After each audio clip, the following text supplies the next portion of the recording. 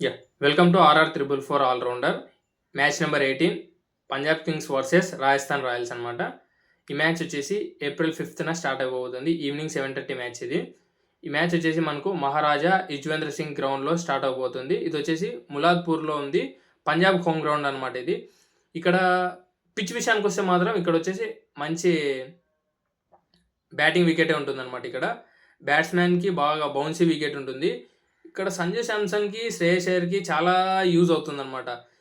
ఇన్ని రోజులు చూసామన్నమాట శ్రేయస్ అయ్యర్ బౌన్స్కి ఇబ్బంది పడుతున్నాడు అనేసి. కాకపోతే ఇప్పుడు బాగా ఆడుతున్నాడు కాబట్టి ఏం పర్లేదనమాట. బౌన్స్కి ఇద్దరు బ్యాట్స్మెన్స్కి బాగుంటుంది అనమాట. బౌన్సీ పిచ్లో సంజయ్ శాంసన్ కూడా బాగా ఎంజాయ్ చేస్తుంటాడు అనమాట. ఇక్కడ బౌన్స్ అయితే ఉంటుంది, కాకపోతే అన్ఈవెన్ బౌన్స్ ఉంటుంది అనమాట. ఒక్కోసారి బౌన్స్ అవుతుంది, ఒక్కోసారి బౌన్స్ కాదు. స్ట్రోక్ ప్లేకి యూజ్ చేసుకుంటే మాత్రం ఓకే ఫైన్, బాగా యూజ్ అవుతుంది అనమాట. ఒకవేళ ఆ బౌన్స్కి ఇబ్బంది పడితే ఆ బ్యాట్స్మెన్స్ అయితే ఈ మ్యాచ్లో గెట్ ఇన్ కాలేరు అనమాట. అండ్ బౌలింగ్ విషయానికి వస్తే మాత్రం స్పిన్నర్స్కి అయితే నైట్ మేరే అనమాట. ఖచ్చితంగా అంతగా ఏం పర్ఫార్మెన్స్ అంతగా ఉండదు అనమాట, హెల్ప్ ఉండదు స్పిన్నర్స్కి. చూడాలి ఎలా పర్ఫామ్ చేస్తారు స్పిన్నర్స్ అనేది. ఇరువైపులో మంచి స్పిన్నర్స్ ఉన్నారు. అక్కడ చూసుకుంటే వనింద్ దాసరంగా ఉన్నాడు, అండ్ చహల్ ఉన్నాడు, ఇంకొక శ్రీలంక బౌలర్ కూడా ఉన్నాడు అనమాట. చూడాలి, మహేష్ తీక్షణ ఉన్నాడు సరే. అండ్ వాళ్ళు ఎలా పర్ఫామ్ చేస్తారనేది చూడాలి. అండ్ వాళ్ళ పర్ఫార్మెన్స్ కంటే కూడా ఈ మ్యాచ్లో అయితే క్యాప్టెన్స్ బౌలర్స్ని ఎలా యూజ్ చేస్తారనేది కూడా చాలా ముఖ్యం అనమాట. ఎందుకంటే అన్ఈవెన్ బౌన్స్ ఉన్నప్పుడు స్పిన్నర్స్కి అనుకూలంగా లేనప్పుడు ఎలా బౌలింగ్ చేంజెస్ చేస్తారనేది కూడా చూసుకోవాల్సి ఉంటుంది ఈ మ్యాచ్లో. అండ్ డ్యూ విషయానికి వస్తే మాత్రం ఖచ్చితంగా ఉంటుందన్నమాట. అండ్ మనకు టాస్ గెలిస్తే మనం ఏం చెప్పాల్సిన అవసరం లేదు. ఈ ఐపీఎల్ అంటేనే అంతే. ఒక టాస్ గెలిచినా కూడా సెకండ్ బ్యాటింగ్ తీసుకునే అవకాశమే చాలా ఉంటుందన్నమాట.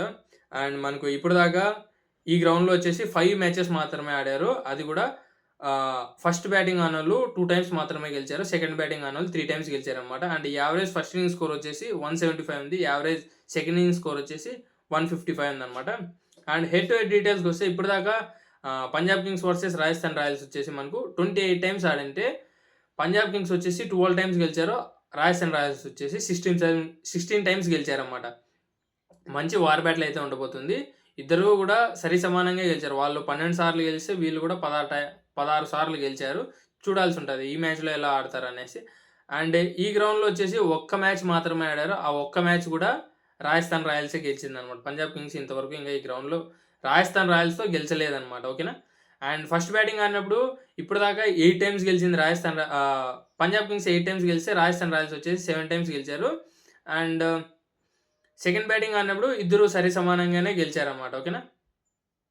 అండ్ మనకు ప్లేయింగ్ 11 చూసుకుంటే మాత్రం ప్లేయింగ్ 11లో పంజాబ్ కింగ్స్కి అయితే అసలు ఏం ప్రాబ్లం లేదు, 2 మ్యాచ్లు గెలిచారు. అండ్ మనకు ఆర్ఆర్ ప్లేయింగ్ 11లో కూడా ఏం ప్రాబ్లమ్స్ ఏం లేవు, కాకపోతే వాళ్ళు ఫామ్లో లేరన్నమాట. వాళ్ళు ఫామ్లోకి వస్తే తప్ప మ్యాచ్లు అయితే గెలవడం చాలా కష్టం అనమాట. బౌలింగ్లో అయితే కొద్దిగా అయితే ఇబ్బంది అయితే ఉంది ఖచ్చితంగా జోఫ్రా ఆర్చర్ నుంచి. లాస్ట్ మ్యాచ్ అయితే మంచి పర్ఫార్మెన్స్ ఇచ్చాడు. ఈ మ్యాచ్ కూడా అలానే పర్ఫార్మెన్స్ చేస్తే తప్ప వాళ్ళైతే గెటింగ్ కాలేము. అలాగే పర్ఫామ్ చేస్తే మాత్రం ఇంకా మామూలుగా ఓపెనర్లకు అయితే మామూలుగా ఉండదన్నమాట. ఇంకా రాబోయే మ్యాచ్ల్లో చూడాల్సి ఉంటుంది. పంజాబ్ ప్లేయింగ్ 11 చూసుకుంటే మాత్రం Priyansh Arya and Prabhsimran Singh and Shreyas Iyer, Shashank Singh and Marcus Stoinis and Maxwell, Shreyas Hegde and Marco Jansen and Lockie Ferguson and Akashdeep Singh, Chahal, impact ప్లేయర్గా నెహాల్ వజరే ఉండే అవకాశం ఉంటుందన్నమాట. అండ్ ఆర్ఆర్ ప్లేయింగ్ 11లో చూసుకుంటే మాత్రం మనకు యుజ్వేంద్ర చహల్ తన పేరు యశస్వి జైస్వాల్ నుంచి మంచి స్టార్ట్ రావాల్సిందిగా ఉంటుందన్నమాట. యశస్వి జైస్వాల్ నుంచి మంచి స్టార్ట్ రావాలి. సంజయ్ శాంసన్ బాగానే ఆడుతున్నాడు, 257 చేశాడు. అండ్ నితీష్ రాణా లాస్ట్ మ్యాచ్లో బాగా ఆడాడు. రియాన్ పరాగ్ నుంచి ఇంకా కొన్ని రన్స్ చేయాల్సి ఉంటుంది. ఎందుకంటే లాస్ట్ సీజన్లో అయితే పర్లేదన్నమాట.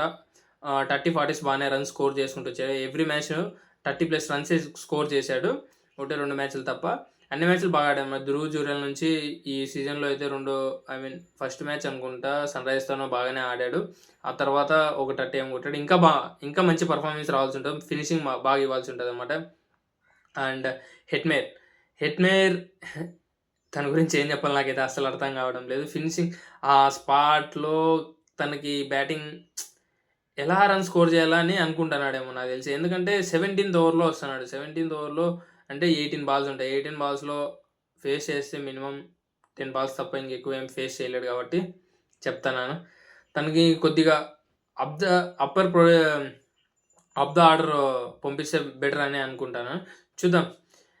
ఆర్ఆర్ ప్లేయింగ్ 11 చూసుకుంటే మాత్రం Yashasvi Jaiswal, Sanju Samson, Nitish Rana, Riyan Parag, Jaiswal, Sanju, Shimron Hetmyer, Wanindu Hasaranga, Jofra Archer, Theekshana and Sandeep Sharma, Tushar Deshpande, Akash Madhwal impact ప్లేయర్‌గా ఉండే అవకాశం ఉంటుందన్నమాట.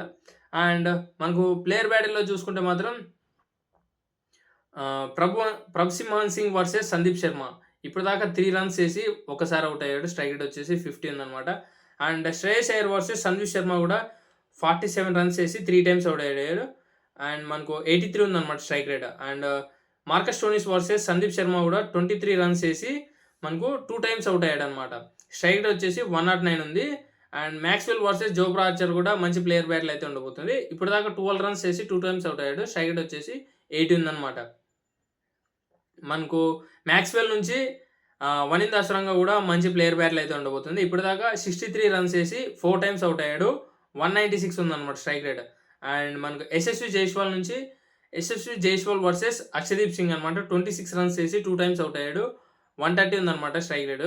అండ్ సంజు శాంసన్ వర్సెస్ యుజ్వేంద్ర చహల్ కూడా 52 రన్స్ ఇచ్చి 5 టైమ్స్ ఔట్ చేశాడు. చూడాలి ఎలా ఉండబోతుందన్నమాట రేపటి మ్యాచ్‌లో సంజు శాంసన్ వర్సెస్ చహల్. అప్పటిదాకా ఫోర్త్ ఓవర్ దాకా ఉంటే మాత్రం 4థ్ ఓవర్ ఆర్ 6థ్ ఓవర్ చహల్ వేసే అవకాశం ఉంది. ఖచ్చితంగా చూడాల్సి ఉంటుంది. సంజు శాంసన్ వర్సెస్ చహల్ మంచి వార్ బ్యాటిల్ కూడా ఉండబోతుంది. అండ్ మంచి ప్లేయర్ బ్యాటిల్ కూడా ఉంది ఇప్పటిదాకా అయితే. 52 రన్స్ చేసి 5 టైమ్స్ ఔట్ అయ్యాడు. 102 ఉందన్నమాట strike rate. And Nitish Rana versus Chahal కూడా మంచి ప్లేయర్ బ్యాటిల్ అయితే ఉండబోతుంది. 94 రన్స్ చేసి 6 టైమ్స్ ఔట్ అయ్యాడనమాట. అండ్ మనకు సిమ్రాన్ హెట్మేయర్ వర్సెస్ చహల్ కూడా మంచి ప్లేయర్ బ్యాటిల్ అయితే ఉండబోతుంది. 31 రన్స్ చేసి 3 టైమ్స్ ఔట్ అయ్యాడు. స్ట్రైక్ రేట్ వచ్చేసి 103 ఉందన్నమాట. ఇది player battles. And war battles చూసుకుంటే మాత్రం Shreyas Iyer versus Jofra Archer అనమాట. మంచి వార్ బ్యాటిల్ అయితే ఉండబోతుంది. చూసే అవసరమే లేదు. ఎందుకంటే జోఫ్రా ఆర్చర్ తెలుసు కదా, బౌన్సర్ తలకి మామూలుగా వేయడనమాట. షార్ప్ బౌన్సర్స్ చేస్తుంటాడు. ఈ నడుము శ్రేయస్ అయ్యర్ కూడా బౌన్సర్ని ఎలా ఆడాలనేసి బాగా నెట్లో ప్రాక్టీస్ చేస్తున్నట్లున్నాడు. చూడాలి రేపటి మ్యాచ్‌లో ఎలా ఆడతాడనేసి. అండ్ సంజు శాంసన్ వర్సెస్ అక్షదీప్ సింగ్ కూడా మంచి వార్ బ్యాటిల్ అయితే ఉండబోతుంది. మనోడు ఇనీషియల్‌గానే వికెట్స్ తీస్తుంటాడు కాబట్టి పవర్ ప్లేలోనే. చూడాలి సంజు శాంసన్ ఎలా ఆడతాడనేసి. అండ్ హెట్మేయర్ వర్సెస్ లోకీ ఫెర్గ్యూసన్ కూడా మంచి వార్ బ్యాటిల్ అయితే ఉండబోతుంది. ఎందుకంటే మనకు హెట్మేయర్ రాజస్థాన్‌కి ఫినిషింగ్ బాగానే ఇస్తుంటాడు. లాస్ట్ సీజన్‌లో అయితే బాగానే పర్ఫామ్ చేశాడు కాబట్టి ఈ సీజన్‌లో ఎలా పర్ఫామ్ చేస్తాడని చూడాల్సి ఉంటుంది. అండ్ డెత్ ఓవర్స్‌లో కూడా ఫెర్గ్యూసన్ మంచి బౌలింగ్ చేస్తుంటాడు. చూడాలి వీళ్ళిద్దరి మధ్య ఎలా ఉంటుందన్నమాట. అండ్ ఫైనల్ విన్నింగ్ ప్రిడిక్షన్‌కి వస్తే మాత్రం నేనైతే పంజాబ్ కింగ్స్ వచ్చేసి ఇప్పుడు 2 మ్యాచ్‌లు గెలిచి హాట్ ఫేవరెట్‌గా ఉందన్నమాట. రాజస్థాన్ ఒక మ్యాచ్ మాత్రమే గెలిచారు 3 మ్యాచెస్‌లో. ఇది అందులోనూ పంజాబ్ హోమ్ గ్రౌండ్ కాబట్టి నేనైతే పంజాబ్ సైడే వెళ్తానన్నమాట. పంజాబ్ వచ్చేసి 70% మ్యాచ్ గెలిచే అవకాశం ఉంది. అండ్ రాజస్థాన్ రాయల్స్ వచ్చేసి 30% ఇస్తున్నాను. మీరు ఏ మ్యాచ్ గెలుస్తుందనేసి కామెంట్ చేయండి, చూస్తాను నేను కూడా. అండ్ ఇప్పటిదాకా మీకు ఈ వీడియో చూసింటే మాత్రం మీకు నచ్చిందని అనుకుంటున్నాను.